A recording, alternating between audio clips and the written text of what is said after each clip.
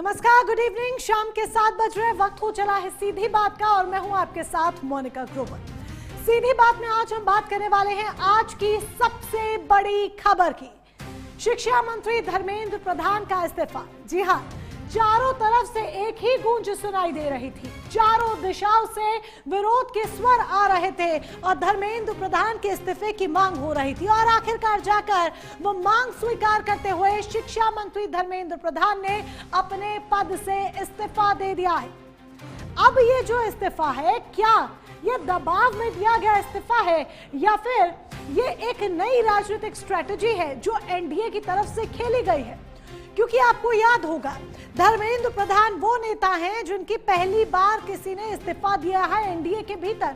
12 साल के एनडीए के कार्यकाल के बीच में जीरो रेजिग्नेशन सामने आए। ऐसा नहीं है पहले कभी किसी नेता को लेकर विरोध नहीं हुए, तमाम विरोध हुए, लेकिन ये पहली बार है कि 12 साल में किसी मंत्री ने इस्तीफा दिया। अब इसे दबाव कहा जाए या फिर राजनीतिक सरेंडर कहा जाए, दबाव की राजनीति कहे या फिर इससे क्या नाम आप देंगे, आज इसी को लेकर चर्चा हम करने वाले हैं। और साथ ही एक बड़ा सवाल और आज हम पूछने वाले हैं कि अब इस्तीफा सामने आ गया है, बड़ी मांग स्वीकार हो गई है, लेकिन इस्तीफा देने के बाद आगे क्या, कैसे उस खोखले हो चुके सिस्टम को सरकार दुरुस्त करेगी, आगे की रणनीति क्या है? इसके साथ ही बिग अपडेट आपको यह भी बता दें कि जंतर मंतर पर भी जो आंदोलन है वो समाप्त हो चुका है। धर्मेंद्र प्रधान के इस्तीफे के बाद लगातार प्रतिक्रियाओं का दौर रहा, सुनिए पहले। ये आज हमारे सौरभ दास और लंका जी के साथ तीसरी मुलाकात है और आज भी लंबी बातचीत हुई।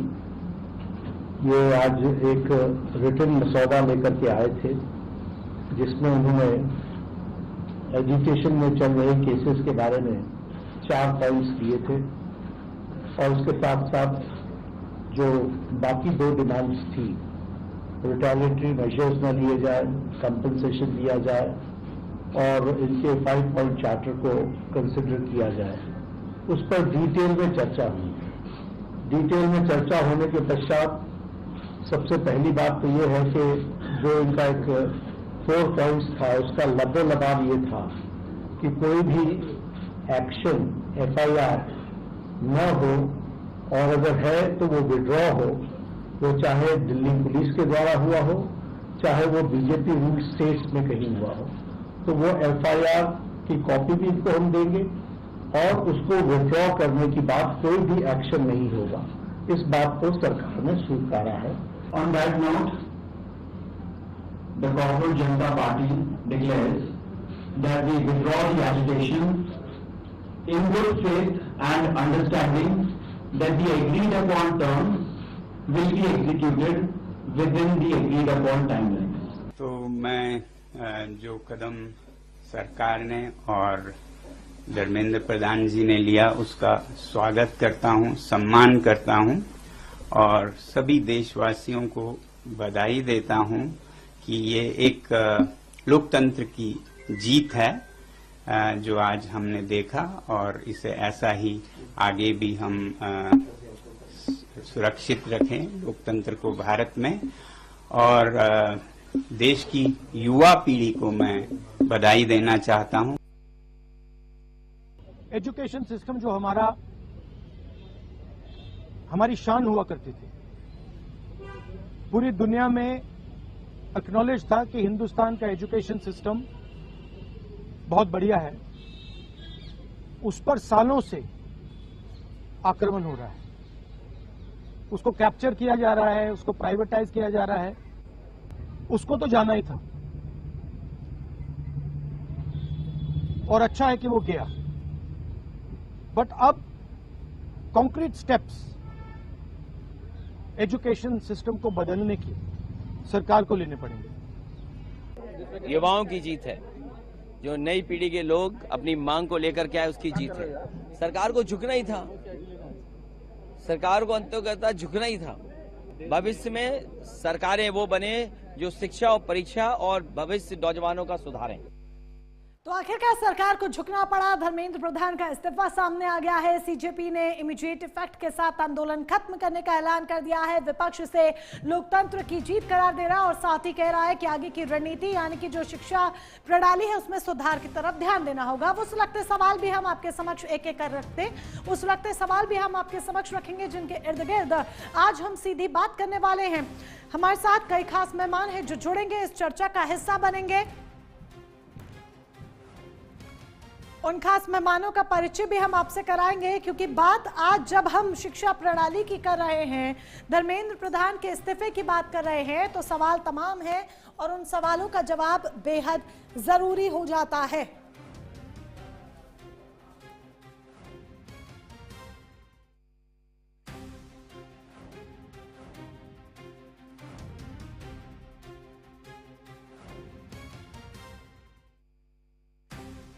प्रधान का इस्तीफा सामने आ गया है। बात करने के लिए हमारे साथ संदीप शर्मा हैं, बीजेपी के नेता हैं। कर्नल शरद शरण जी समाजवादी पार्टी का पक्ष रखने के लिए आज हमारे साथ इस चर्चा का हिस्सा बने हैं। डॉक्टर शिवानंद हुलियालकर जी कांग्रेस की तरफ से हैं। रणविजय सिंह जी वरिष्ठ पत्रकार के तौर पर आज इस चर्चा का हिस्सा बने हैं। सभी खास मेहमानों से एक एक कर आपका परिचय कराया जाएगा, लेकिन उससे पहले 2014 से लगातार मोदी कैबिनेट का हिस्सा थे धर्मेंद्र प्रधान। ये जानकारी जरा आप अपने समक्ष देख लीजिए। जो जानकारी हम आपके समक्ष रख रहे हैं, जंतर मंतर पर 36 दिनों तक प्रदर्शन किया गया सीजेपी की तरफ से। देश भर में नीट यूजी 2026 की परीक्षा 3 मई को होती है। करीब 20 लाख से ज्यादा स्टूडेंट्स इसमें शामिल होते हैं। 20 लाख से भी ज्यादा स्टूडेंट्स इसमें शामिल हुए थे। ये 12 मई को सामने आया था। पेपर लीक के आरोपों के कारण परीक्षा रद्द कर दी गई, री एग्जाम की घोषणा की गई थी। 15 मई सीजीआई जस्टिस सूर्यकांत ने कहा कि बेरोजगार युवा कॉकरोच की तरह हर जगह फैल जाते हैं। ये 15 मई को बड़ा बयान सीजीआई की तरफ से सामने आया था। उसके बाद 16 मई अभिजीत दिपके ने कांग्रेस कॉकरोच जनता पार्टी के नाम से सोशल मीडिया मूवमेंट शुरू किया। ये दिपके की तरफ से सोशल मीडिया मूवमेंट कॉकरोच जनता पार्टी यानी कि सीजेपी के नाम से शुरू किया गया था। कॉकरोच पार्टी ने शिक्षा मंत्री के खिलाफ दिल्ली के जंतर मंतर पर पहला प्रदर्शन किया। ये 6 जून को था जब पहला प्रदर्शन हुआ। 20 तारीख को दूसरा विरोध प्रदर्शन होता है सीजेपी की तरफ से जंतर मंतर पर। कॉकरोच जनता पार्टी जंतर मंतर पर दूसरा विरोध प्रदर्शन करती है। हमारे साथ खास मेहमान जुड़ चुके हैं। जल्दी हमें संदीप जी और शिवानंद जी भी ज्वाइन करेंगे। फिलहाल आपकी टीवी स्क्रीन पर कर्नल शरद शरण है, समाजवादी पार्टी के प्रवक्ता हैं। रणविजय सिंह जी हैं, वरिष्ठ पत्रकार के तौर पर। चलिए रणविजय जी के साथ शुरुआत करते हुए। रणविजय जी, बीते कई दिनों से आप हमारे साथ जुड़ रहे हैं और हम चर्चा कर रहे हैं। जो मांग सबसे ज्यादा प्रमुख तौर पर उठाई जा रही थी, आखिरकार वो मांग मान ली गई। धर्मेंद्र प्रधान ने इस्तीफा दे दिया है, लेकिन धर्मेंद्र प्रधान के इस्तीफे को अब किस नजरिए से देखा जाए? हाँ, सच है, हकीकत है कि जो मांग की जा रही थी वो मांग अब पूरी हो गई है, लेकिन बात यह है कि अब सरकार ने जो अपनी पॉलिसी तोड़ी है नो रेजिग्नेशन वाली, इसको किस नजरिए से देखे? क्या ये दबाव की वजह से हुआ है, ये दबाव की वजह से इस्तीफा सामने आया है, या फिर इसके पीछे भी कोई राजनीतिक एंगल है कि कोई स्ट्रैटेजी है धर्मेंद्र प्रधान के इस्तीफे के पीछे? मोनिका जी, देखिए, राजनीतिक पार्टियां हैं तो जाहिर सी बात है कोई राजनीति होगी, और धर्मेंद्र प्रधान का इस्तीफा हुआ तो इस्तीफे के पीछे भी भारतीय जनता पार्टी और उसके शीर्ष नेतृत्व ने कुछ ना कुछ जरूर सोच विचार किया होगा, कोई न कोई रणनीति बनाई होगी, यह तो तय है। लेकिन धर्मेंद्र प्रधान का इस्तीफा हुआ तो इसके पीछे दबाव ही मुख्य वजह है, और एनडीए की नरेंद्र मोदी के प्रधानमंत्री के कार्यकाल में पिछले 12 साल में यह पहला किसी भी मंत्री का इस्तीफा है। इस इस्तीफे के साथ प्रधानमंत्री नरेंद्र मोदी के कहे गए उस शब्द का, जिसमें उन्होंने कहा था कि इस सरकार में इस्तीफे नहीं होते, वह वचन भी टूट गया। और केवल इतना ही नहीं है, अब इसके आगे जो होना है वह अभी और आंदोलन अब होंगे, सरकार पर हमले अब और बढ़ेंगे। वजह, इस पूरे माहौल में सरकार दबाव में आई। हाँ, धर्मेंद्र प्रधान का यदि इस्तीफा नहीं होता तो हो सकता है कि भविष्य में सरकार पर उस तरह से दबाव नहीं बढ़ते जैसे अब बढ़ेंगे।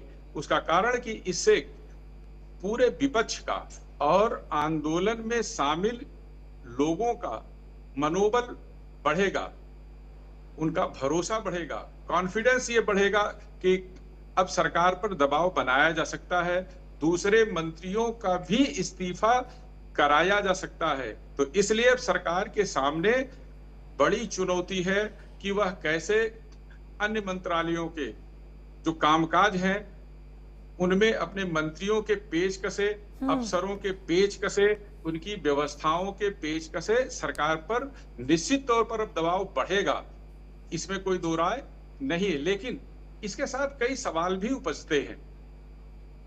पंजाब में परीक्षा एक अभी हुई स्वास्थ्य विभाग की, जिसके पेपर लीक हुए। कर्नाटक में अभी विश्वविद्यालय की अंडर ग्रेजुएट जो परीक्षा होनी थी बच्चों की विश्वविद्यालय में प्रवेश के लिए, उसकी पेपर लीक हुए। क्या इस जो धर्मेंद्र प्रधान का इस्तीफा हुआ विपक्ष के दबाव में, जिसमें अंतिम दौर में कांग्रेस ने लीड करना शुरू कर दिया, तो ये सवाल भी उपजेगा कि क्या पंजाब और कर्नाटक में भी वहां की सरकारें अपने शिक्षा मंत्रियों के इस्तीफे लेंगी क्या? जो पार्टियां आंदोलन में थी, क्या वह अपनी सरकार पर अब दबाव बनाएंगे क्या कि भाई वहां धर्मेंद्र प्रधान का हो गया, वहां युवा परेशान था, युवा वहां बहुत मुश्किल में फंस गया था, तो क्या पंजाब के युवा हैं या नहीं है, कर्नाटक के युवा हैं या नहीं है? दोनों जगहों जो प्रश्न पत्र लीक हुए उनसे क्या युवा परेशान हो रहे हैं या नहीं हो रहे? और एक मजेदार बात और है, दोनों राज्यों में जो वहां एक जगह पंजाब में आम आदमी पार्टी की सरकार है, कर्नाटक में कांग्रेस की सरकार है, उन युवाओं पर खूब धुआंधार लठियाया भी, जो आरोप दिल्ली में लगा रहे हैं कि यहाँ युवाओं को बहुत बुरी तरह पीटा गया, तो वहां दोनों जगहों पर युवाओं को खूब लठियाया गया। केरल का भी मामला सुन लीजिए। केरल में कांग्रेस की सरकार है और केरल में इसी मामले, जिस नीट की परीक्षा को लेकर के ही वहां युवाओं का प्रदर्शन हो रहा था, कोई और मामला नहीं था। केरल में कोई परीक्षा प्रश्न पत्र लीक नहीं हुआ। जिस मामले को लेकर दिल्ली में प्रदर्शन हो रहा था, उसी मामले को लेकर केरल में भी युवाओं का प्रदर्शन हो रहा था। केरल की पुलिस ने केरल में उन युवाओं को खूब जमकर पीटा। तो क्या कांग्रेस इसकी जिम्मेदारी लेगी?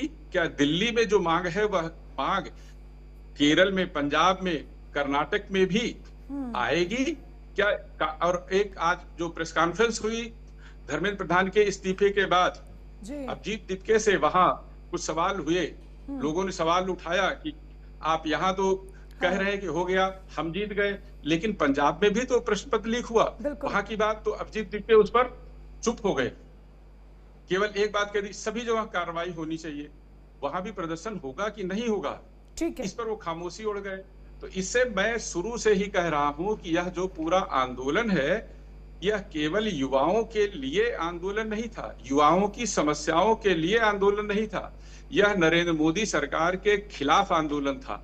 पार्टियों की तरफ से इसकी बहुत बड़ी भूमिका निभाई गई, अपने कार्यकर्ताओं को भेजा गया, अपने यूथ विंग को भेजा गया, वहां एक व्यापक रणनीति बनाई गई सरकार पर दबाव बनाने के लिए, और विपक्ष इस मामले में कामयाब रहा। मंत्री का इस्तीफा हो गया है और अब आगे सरकार को तमाम चुनौतियों से जूझना पड़ेगा। विपक्ष के जो हंगामे होंगे, हल्ले होंगे, उस सदन के अंदर ही नहीं, सदन के बाहर भी होंगे। वजह 5 राज्यों में विधानसभा के चुनाव भी होने वाले हैं 6 महीने बाद, तो इसलिए अब शांत नहीं रहेगा। अगले कम से कम 6 महीने जब तक चुनाव नहीं हो जाएगा, तब तक यह हो हल्ला हंगामा राजनीतिक विवाद तब तक हो हल्ला हो हंगामा ये सब जारी रहेगा। जो आपका कहना है कि ये दरअसल मोदी सरकार के विरोध में बनाई गई एक भूमिका थी, जो आप कह रहे हैं, इस पर आगे हम विपक्ष से जरूर जवाब लेंगे। शरद शरण जी हमारे साथ हैं और जल्द ही शिवानंद जी भी कांग्रेस का पक्ष रखने के लिए जुड़ जाएंगे, तब दोनों से ही इस बाबत जवाब लिया जाएगा। लेकिन संदीप जी का पहले रुक करते हुए, सुन पा रहे हैं आप संदीप जी?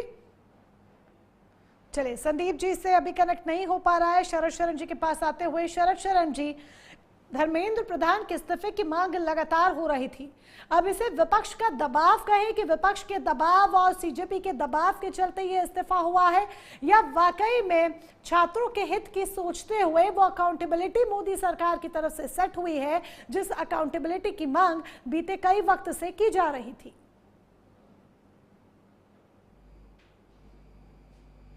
अनम्यूट कीजिए पहले प्लीज, आपकी ऑडियो नहीं आ रही है, अनम्यूट कीजिए। मोनिका जी, इस देश में जो आंदोलनों का स्वरूप रहा है और जो उसका इतिहास रहा है, उसमें कुछ चीजें बहुत खास हैं, देखने वाली हैं। एक तो वो गैर राजनीतिक होता है, दूसरा जितना नौजवान उतरता है उतना सक्सेस रेट अच्छा होता है, तीसरा जब भी कोई आंदोलन होता है तो वो एक दिखता है कि वो किसी एक कारण से हुआ है। असल में वो एक विस्फोट होता है जो बहुत लंबे समय से भरा आ रहा था, और भरते भरते दबाव बनते बनते एक दिन कोई एक कैटलिस्ट होता है और वो विस्फोट बनता है।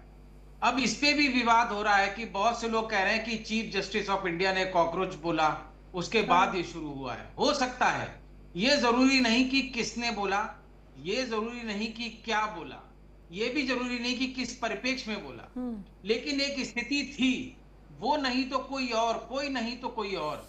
बात विचार और मुद्दे पे आई थी। सरकार ने, जो भाजपा ने पिछले 10 साल में अहंकार की जमा पूंजी इकट्ठी की थी, लार्जर देन लाइफ जो इमेज बनाने की कोशिश की थी, स्वाभाविक है लोगों ने उसको स्वीकार किया, इसलिए 2014 में सरकार आई।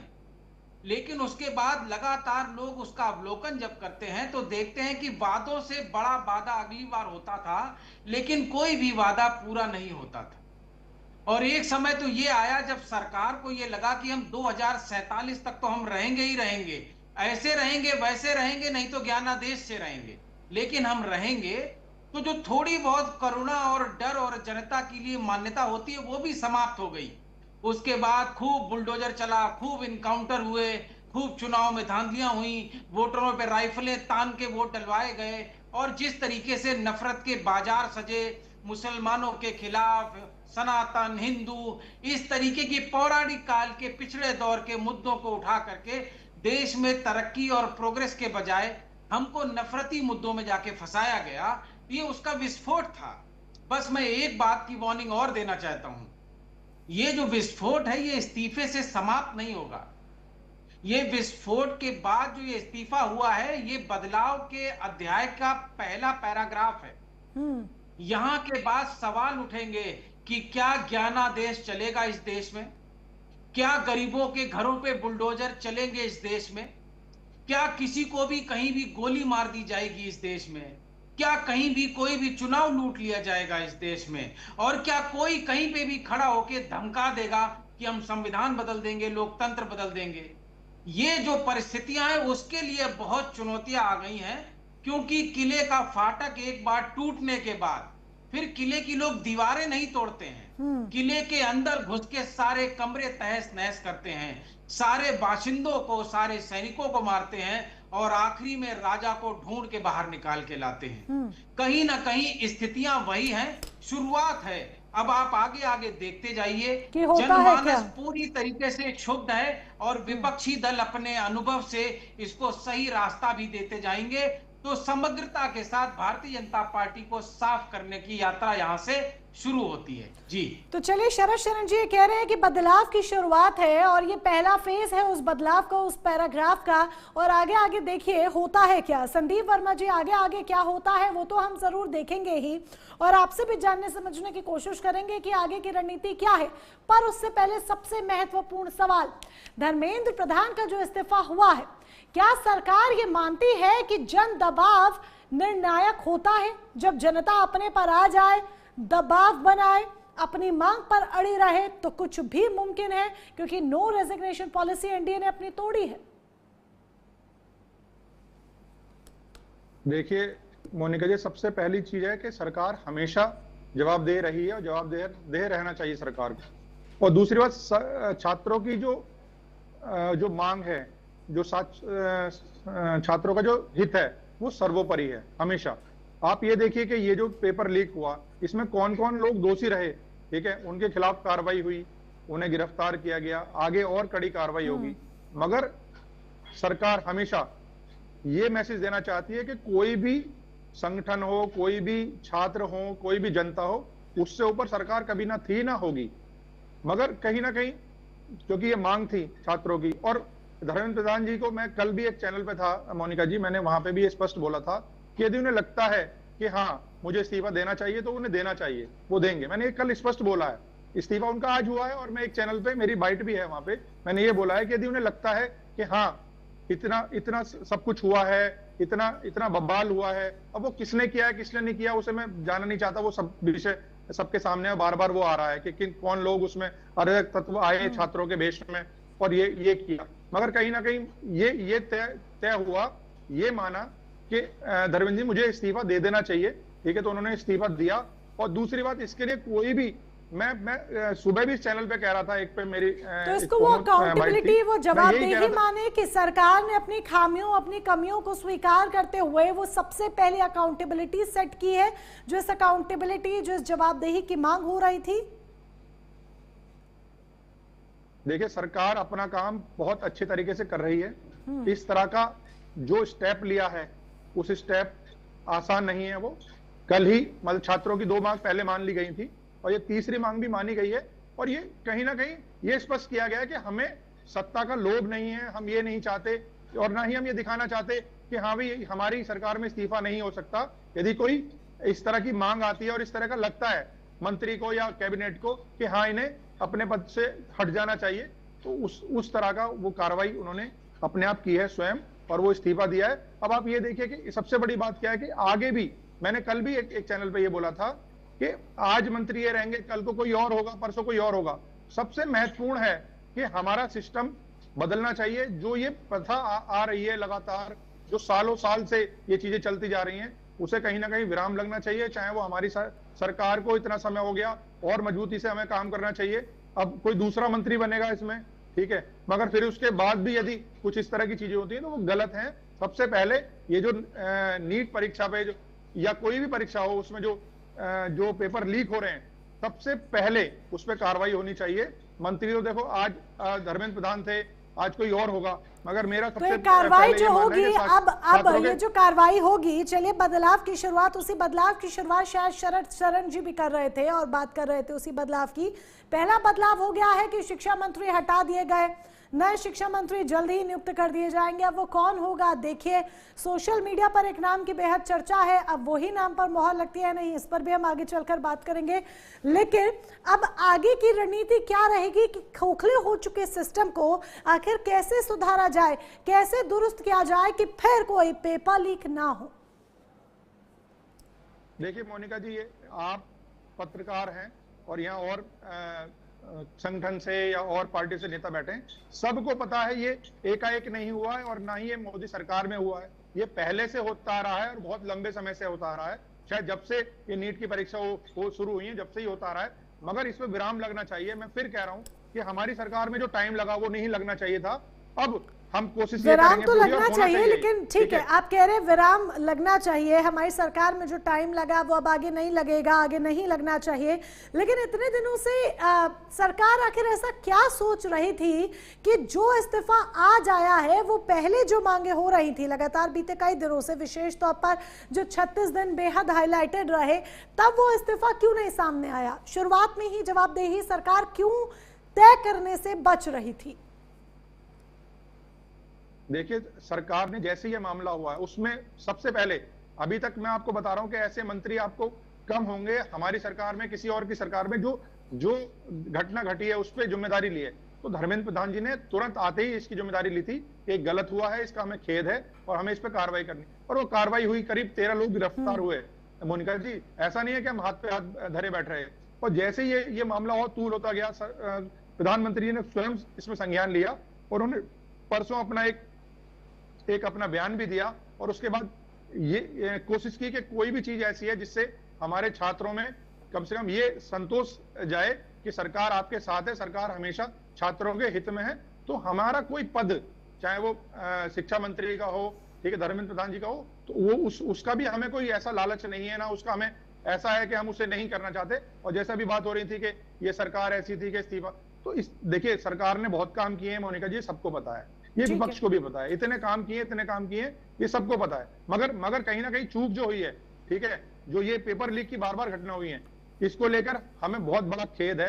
मुझे स्वयं, मैं अपने पर्सनल पे भी मुझे बड़ा खेद है और मुझे लगता है कि ये चीज बिल्कुल नहीं होनी चाहिए, क्योंकि एक छात्र इतनी मेहनत करके एक एग्जाम देता है और उसके बाद वो लीक हो जाता है, तो ये कहीं ना कहीं अन्याय है उसके साथ। और ये समय का भी दुरुपयोग हो रहा है, क्योंकि वो यदि वो नहीं कर पा रहा फिर उसे दोबारा देना पड़ रहा है। तो इसमें एनटीए के अधिकारियों चाहे सरकार के कोई व्यक्तियों किसी को भी इसमें नहीं छोड़ना चाहिए। मैं ये कह रहा हूं, मैं बार बार वही शब्द इस्तेमाल कर रहा हूं कि इन लोगों को हमेशा इससे दूर रखना चाहिए सिस्टम से, और इन्हें कड़ी सजा मिलने चाहिए, जैसा कि अभी प्रावधान भी आया कि जो बदलाव की बात आप कर रहे थे, संदीप वर्मा जी भी उसी बदलाव की बात कह रहे हैं। अकाउंटेबिलिटी कहीं ना कहीं सरकार ने सेट की है, जो जवाबदेही थी, जो मांग हो रही थी, वो पूरी की है।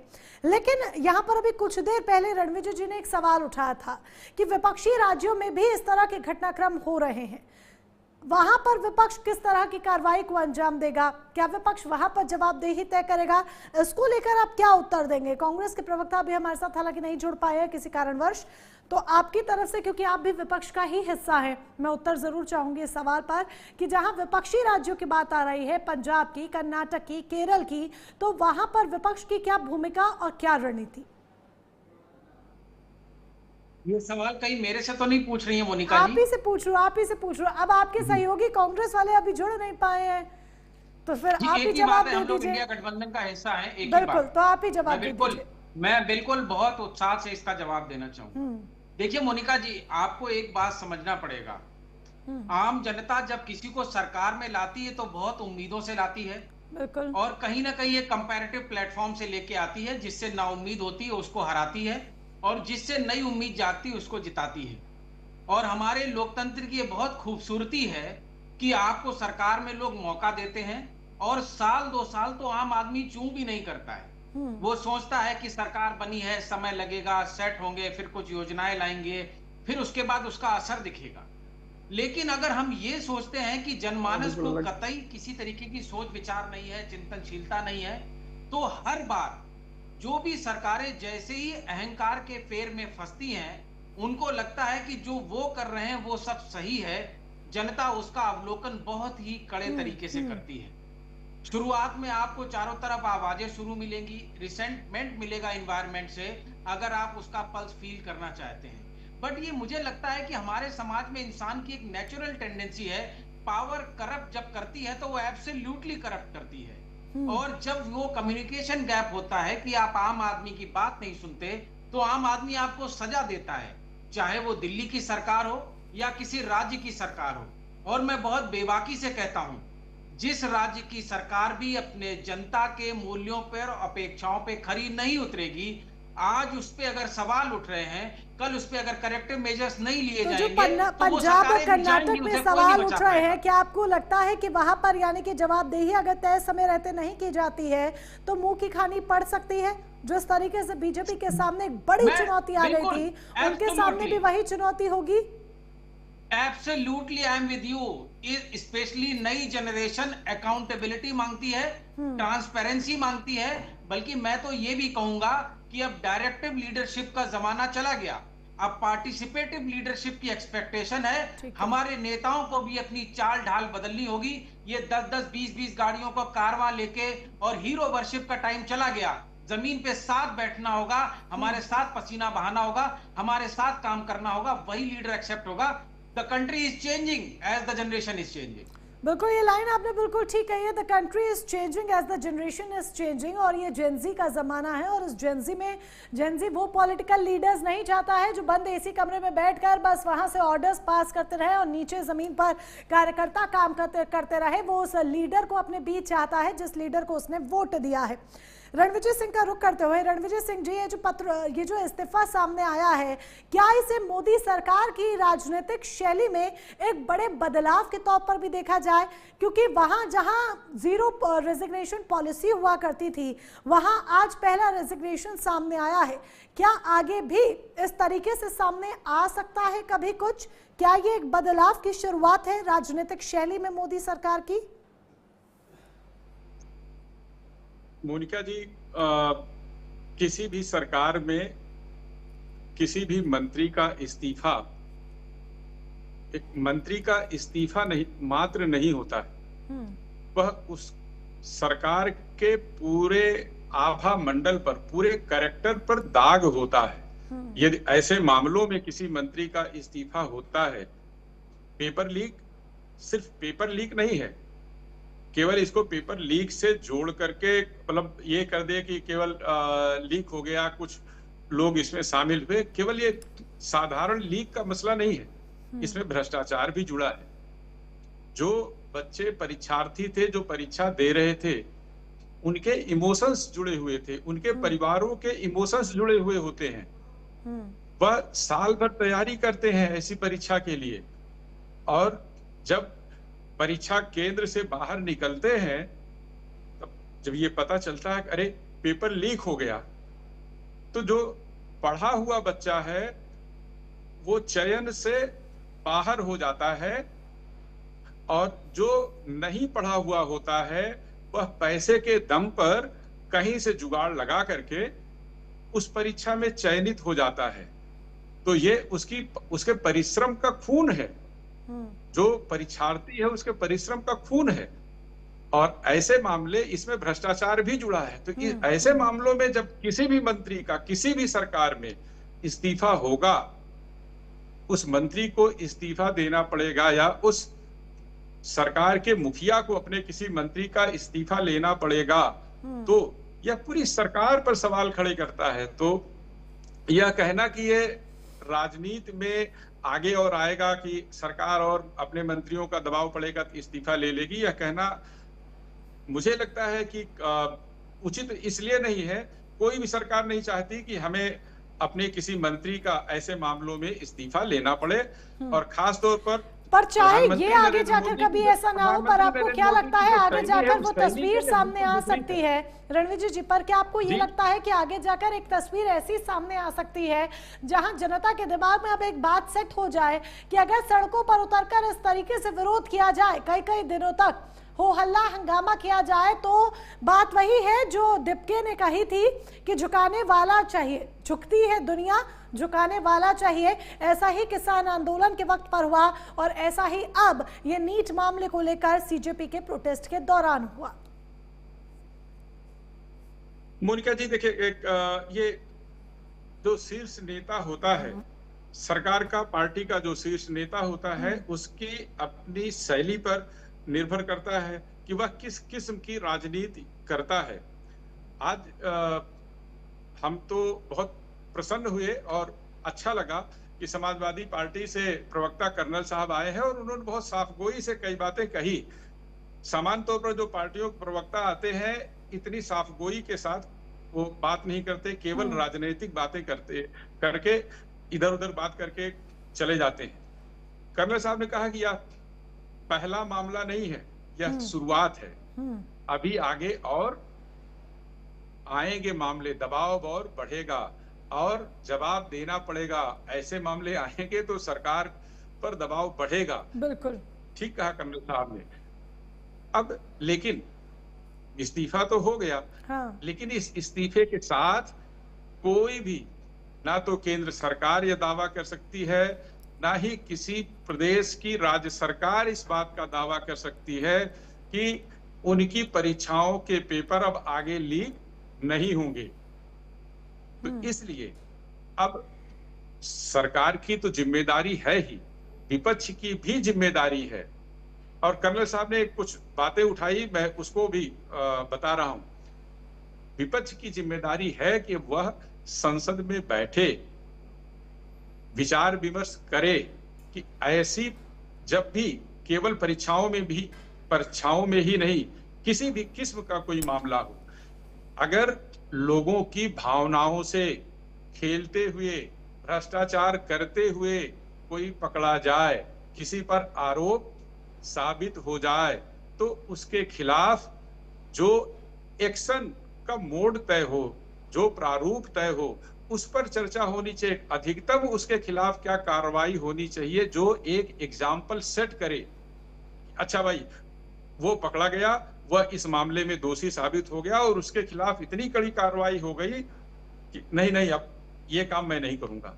तो ऐसे एग्जाम्पल सेट करने की जिम्मेदारी केवल अकेले सरकार की नहीं, सरकार अकेले नहीं, वो तो कानून लाएगी, संसद में चर्चा होगी, संसद में विपक्ष भी शामिल होगा, विपक्ष अपने तमाम बातें कहेगा। लेकिन मैं तो कहूंगा जब विपक्ष के नेताओं ने इस मामले की अगुवाई की और एक मंत्री का इस्तीफा प्राप्त कर लिया दबाव डालकर सरकार पर, तो उसको ही लीड करना चाहिए कि आइए आप चर्चा करना चाहें या ना करना चाहें, हम चर्चा करने के लिए तैयार हैं। और ये मेरे सुझाव हैं कि किसी भी भर्ती परीक्षा में, किसी भी प्रतियोगी परीक्षा में कोई भी व्यक्ति पेपर लीक करते हुए, नकली प्रश्न पत्र बनाते हुए या सोशल मीडिया पर नकली प्रश्न पत्र फैलाते हुए, नकल कराते हुए, परीक्षा केंद्रों पर किसी को नकल करा के पास कराते हुए पकड़ा जाए तो उसको सिर्फ जेल और जुर्माने की ही सजा ना हो,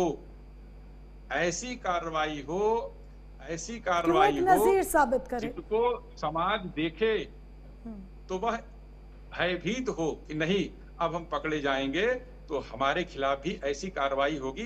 भय से ही, जो हमारा समाज है इसमें भय बहुत बड़ा काम करता है। बगैर डर दिखाए आप किसी चीज को रोक नहीं सकते। इसका एक एग्जाम्पल मैं आपको और दूंगा। उत्तर प्रदेश में योगी सरकार के दौरान जो पहला कार्यकाल हुआ 2017 से लेकर 2022 तक का, बहुत जितनी परीक्षाएं हुई लगभग सभी परीक्षाओं के प्रश्न पत्र किन्हीं कारणों से लीक हो गए। और लीक करने वालों में बड़ी आपको भी हैरानी होगी, कई राजनीतिक दलों के कार्यकर्ता थे।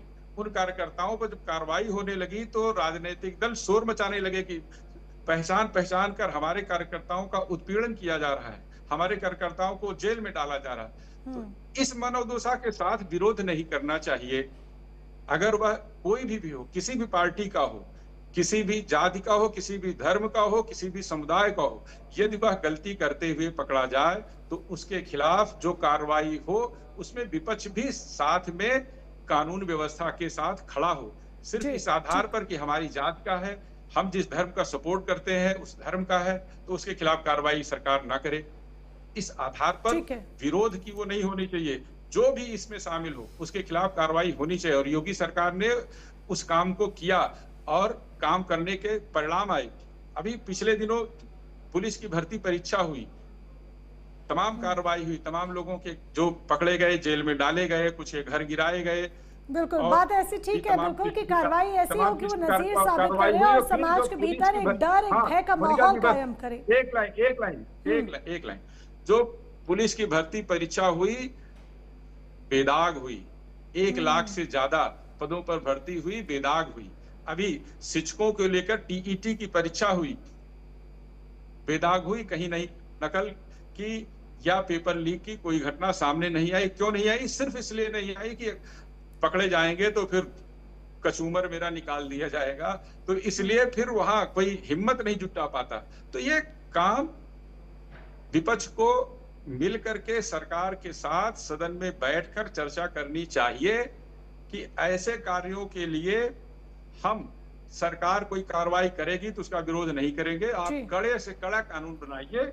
बिल्कुल। और कर्नल साहब बैठे हैं, मैं तो कहूंगा कि आज कांग्रेस के कोई सम्मानित प्रवक्ता नहीं दिख रहे हैं, तो क्योंकि उस गठबंधन के कर्नल साहब की पार्टी भी हिस्सा है, तो कर्नल साहब को यहाँ आपके चैनल पर इस बात को कह जाना चाहिए कि हाँ, हमारे नेता, कांग्रेस के नेता से इस बात को कहेंगे कि आपके जिन सरकारों में, जिन राज्यों में पेपर लीक हुए, उनके शिक्षा मंत्रियों का भी इस्तीफा धर्मेंद्र प्रधान को उदाहरण मानते हुए ले लीजिए। कर्नल साहब, आप पर बिल्कुल गुगली आ गई है, गुगली आ गई है आपकी तरफ। राज्यों में जिन युवाओं पर लाठीचार्ज के समय जो दोषी हो उसके खिलाफ भी कार्रवाई की मांग कर दीजिए। कर्नल साहब, गुगली आपकी तरफ आ गई है, बॉल आपकी तरफ फेंक दी गई है, अब आपके ऊपर है, सिक्सर मार पाएंगे या नहीं? मोनिका जी बहुत अच्छी बात कही, बहुत वरिष्ठ प्रवक्ता हैं रणविजय जी। मोनिका जी, मेरी आवाज आ रही है? बिल्कुल आपकी आवाज आ रही है संदीप जी। मैंने इसका जवाब तो पहले ही दिया।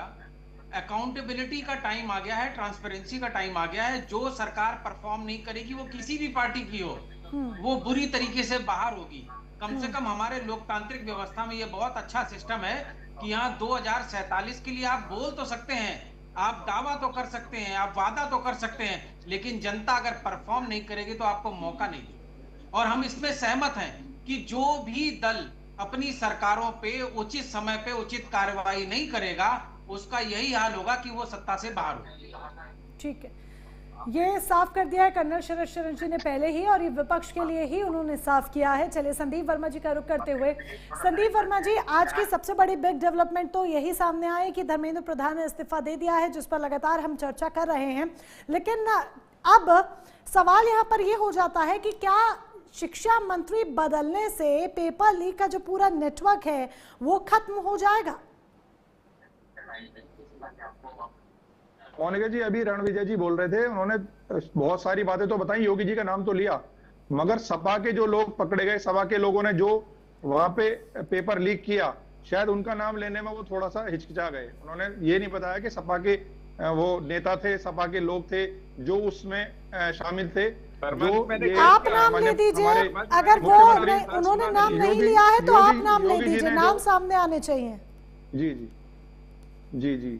तो दूसरी बात ये कि देखिए, मैंने पहले भी कहा आपसे, फिर मैं वही बात कह रहा हूं कि सबसे बड़ी बात क्या है कि सिस्टम बदलना चाहिए। जो इस तरह के चीजें जो हुई हैं, ठीक है, जो माननीय योगी जी ने रोकी हैं या जिस राज्य में नहीं रुक रही वहां रुकना चाहिए, यदि पूरे भारत में नहीं रुक रही तो रुकना चाहिए, ठीक है। जो भी मंत्री बनेंगे अब वो मंत्री आए और जो एनटीए के जो लोग हैं जो इसमें शामिल थे उन्हें हटाया जाए, पूरी तरह हटा भी गए हैं, और ऐसे लोग लाए जाएं जो ईमानदार हों, जो इस चीज को करने में सक्षम हो।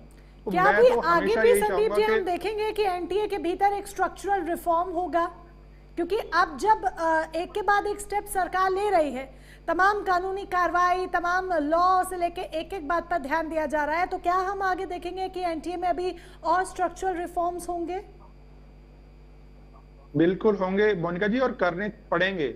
यदि आप कहीं ना कहीं आप ये देखिए ना मोनिका जी, तो मैं बड़ा स्पष्ट बोलता हूं, किसी भी चैनल पे हूं, यदि आपके सिस्टम में कमियां हैं, आपका सिस्टम खराब है, सड़ा गला है, चाहे वो पहले से चलता आ रहा है, जब से आप हैं जब से खराब है, मैं बहुत स्पष्ट कह रहा हूं इस बात को, मैं दोबारा कह रहा हूं कि ये आपका सिस्टम जो है खराब है, पहले से चलता आ रहा है, या आपके समय में सिस्टम खराब हुआ है, तो आपको इसे बदलना पड़ेगा। यदि आप नहीं बदलोगे तो जो ये आवाजें उठी हैं, इनमें बहुत से लोग, मुझे पता है सब कैसे थे, मैं उनकी बात नहीं कर रहा, मगर जो वाकई ईमानदार छात्र थे जिन्होंने नीट की परीक्षा दी, संदीप जी, एक बात और मैं आपसे पूछना चाहूंगी, जब आप कह रहे हैं कि सिस्टम बदला, मेरी बात पूरी होने दीजिए। हाँ जी, हाँ जी। मोनिका जी, मेरी बात पूरी होने दीजिए।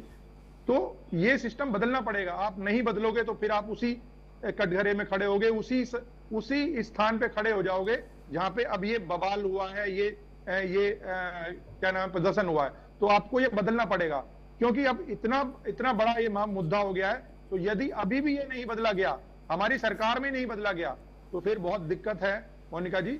और जैसा कि अभी रणविजय सिंह साहब कह रहे थे कि उत्तर प्रदेश में ये चीज हुई है और डर का माहौल है, वाकई इस बात को मैं कहता हूं, मैं कई लोगों से मिलता हूं, अधिकारियों से मिलता हूं, उनसे कहता हूं कि डर बहुत बड़ी चीज है। यदि आपका, पुलिस का, प्रशासन का या सरकार का गलत आदमी के लिए डर नहीं होगा तो वो चीजें नहीं सुधरेंगी, वो दिक्कत वाला काम होगा, और कहीं ना कहीं जनता इससे पीड़ित होगी और आपको इसका नुकसान होगा। ठीक तो है, चलिए, सरकार ने बदलाव की तरफ एक बड़ा कदम उठाया है। संदीप जी, आ रही हूँ शरद शरण जी, आऊंगी आपके पास, बस 1 मिनट का वक्त दीजिए।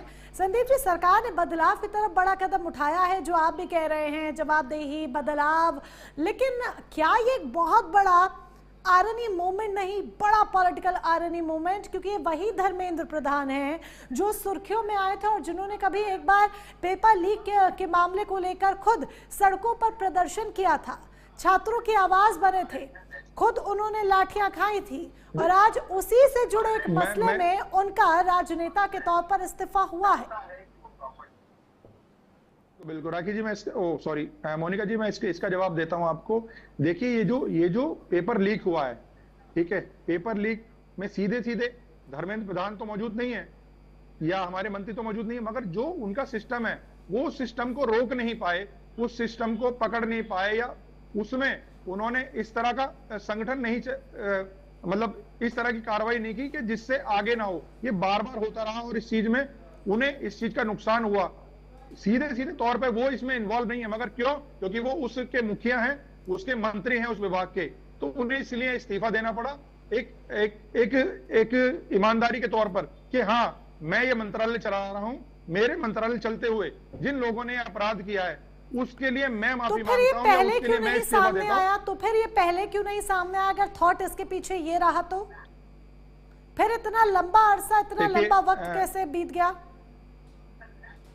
मोनिका जी, जो इतना लंबा समय बीता है उस पर कार्रवाई जो हुई, उसमें गिरफ्तारी हुई, उस पर वो संज्ञान लिया। ऐसा नहीं है वो चुप बैठ गए, हाथ पे हाथ धर के बैठ गए। उस पर कार्रवाई हुई, लगातार उसमें लगे रहे, अपडेशन दिया, आगे भी अपडेशन दिया, ठीक है। मगर कहीं ना कहीं लेकिन अगर पहले इस्तीफा ले लिया जाता तो जंतर मंतर से जो तस्वीरें बीते 36 दिनों में सामने आई, सोनम वांगचुक ने हंगर स्ट्राइक की, 36 दिनों से जो तस्वीरें प्रोटेस्ट की सामने आई, फिर 20 तारीख को जो प्रदर्शन हुआ, जो लाठीचार्ज हुआ, सब कुछ हुआ, शायद इन सब की नौबत ही ना आती। जो दिल्ली सुलगा, जो दिल्ली रणभूमि बनी, वो शायद नौबत ही ना आती अगर छात्रों के लिए आप अकाउंटेबिलिटी वक्त रहते तय कर देते। देखिए मोनिका जी, जो छात्र हैं हमारे, वो ये चाहते हैं सिस्टम ठीक हो, उन्हें इस्तीफे से कोई मतलब नहीं था। मैं आज आपसे फिर कह रहा हूं, उन्हें नहीं, ये गलत है। मैं आपको फिर बता रहा हूँ, ये जो आप मैं आज भी कह रहा हूँ, आपके चैनल पे कह रहा हूँ, खूब डट के कह रहा हूँ इस बात को। तो आपने फिर अगर छात्रों की मांग नहीं थी तो फिर आपने सीजेपी के कहने पर रेजिग्नेशन करवाया? देखिए मैं आपको बताऊं, एक मूवमेंट जो है ये चला, राजनीतिक गतिविधि इसमें शामिल हुई, और हाँ, ये लोगों ने जिन्होंने हंगामा किया, जो लोग कह रहे हैं कि पुलिस ने पीटा, सेना ने पीटा, आप ये देखिए मोनिका जी, ये सबको पता है। फिर मैं बार बार उसी बात को कह रहा हूं कि जो असामाजिक तत्व उसमें घुसे, जिनकी जांच की जा रही है, जिनके बारे में ढूंढा जा रहा है, उन्होंने इस बवाल को फैलाया है। छात्र, कोई भी नीट का छात्र नहीं हो सकता जो इस तरह का बलवा करे, जो पत्थरबाजी करे, जो महिलाओं को, पत्रकारों को खींचे, महिलाओं के साथ अभद्रता करे। ये वो लोग थे जिन्हें इस चीज के लिए भेजा गया था। मैं तो साफ मैंने सुना है कि कोई बाहर के देशों से वहां पे खाना आ रहा है, बाहर के देशों से पैसा आ रहा है, ये सबको पता है। मगर कहीं ना कहीं उस चीज को दीपके ने उसे कैच कर लिया, और उसने ये जो हंगामा फैलाया, उसके लोग जो हैं, जो और भी लोग हैं, किसी और अन्य पार्टी के लोग हैं, पता नहीं किस किस पार्टी के लोग वहां थे, तो उन्होंने ये किया है। मगर छात्र हमेशा ये चाहता, आज भी ये छात्र ये चाहते हैं कि बस हम ये चाहते हैं, हम और हमारे आने वाले जो आगे छात्र हैं, जो आज 10वीं 12वीं कक्षा में पढ़ रहे हैं, और वो आने वाले समय में नीट की परीक्षा देंगे, तो उनके साथ ऐसा ना हो। हमारे साथ जो हो गया हम उसे भी बर्दाश्त कर रहे हैं, मगर आगे आने वालों के साथ ना हो। तो हमेशा छात्र और ये जनता और उनका परिवार ये चाहता है, ठीक है।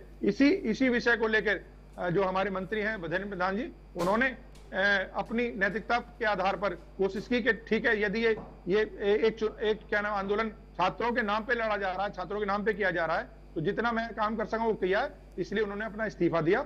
और दूसरी बात, इसमें सीजेपी का कोई इस तरह का दबाव नहीं था। ये छात्र जो आप कभी कहते हैं कि सीजेपी का इसमें किसी तरह का कोई दबाव नहीं था, इसमें सीजेपी का कोई रोल नहीं था, फिर आप ये भी कहते हैं कि छात्रों की मांग नहीं थी इस्तीफे की, लेकिन तब भी इस्तीफा सामने आ जाता है। जरा क्लैरिफाई कर लीजिए अपने आंसर में सारी बातें, क्योंकि वो एक कंफ्यूजन क्रिएट कर रही है, या फिर आप लोग जवाब नहीं देने के लिए पूरी तरीके से ट्रेंड नहीं किए गए हैं। अभिजीत दीपके का कोई रोल नहीं है, वो एक व्यक्ति जो यूएसए रहता है। तो फिर प्रेस कॉन्फ्रेंस में नड्डा के साथ अभिजीत दीपके क्या कर रहे थे? प्रेस कॉन्फ्रेंस में नड्डा जी के साथ दीपके क्या कर रहे थे, अगर रोल नहीं है तो? प्रेस कॉन्फ्रेंस में नड्डा जी ने तो नहीं बुलाया। अरे बकायदा हाथ मिलाते तस्वीरें दिखा दीजिए टीम प्लीज, संदीप जी को भरोसा हो जाए। तस्वीरें देखनी, मगर वो उन्होंने तो नहीं बुलाया ना। अरे क्या बात कर रहे हैं संदीप जी?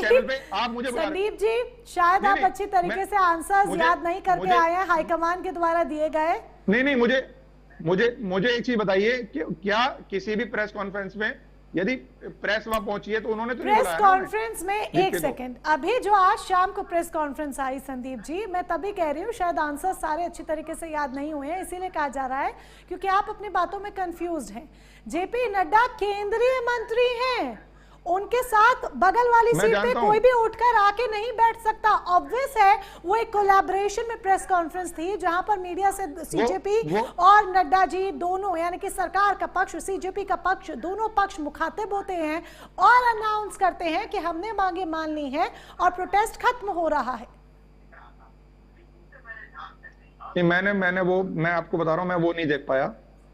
तो फिर तभी तो मैं आपको कह रही हूँ, आप देख नहीं पाए, तभी मैं कह रही हूँ आप देख नहीं पाए, आपसे चूक गया है, आंसर्स आप सही तरीके से याद नहीं कर आए हैं, क्योंकि आप सीजेपी के लिए कह रहे हैं कोई रोल नहीं है, फिर आप छात्रों के लिए भी कह रहे हैं कि उनकी मांग नहीं थी। तो क्लैरिफाई कर लीजिए कि इस्तीफे के पीछे का असल रीजन क्या है जो हर जगह बोल रहा है। छात्रों को बरगलाया गया है। छात्रों की सिर्फ मांग इतनी है, आज भी इतनी मांग है कि हमारे साथ जो अन्याय हो रहा है, जो हमारे नीट के पेपर लीक हो रहे हैं, हाथ लीक मिला रहे हैं डिबके और नड्डा जी। विजुअल्स देख लीजिए, दिखा रहे हैं हम विजुअल्स। जी जी मैं देख रहा हूँ, ये मैंने पहले मैं सलाह दूंगी, ज्यादा मत बोलिए नहीं तो बातों में और फंस जाएंगे।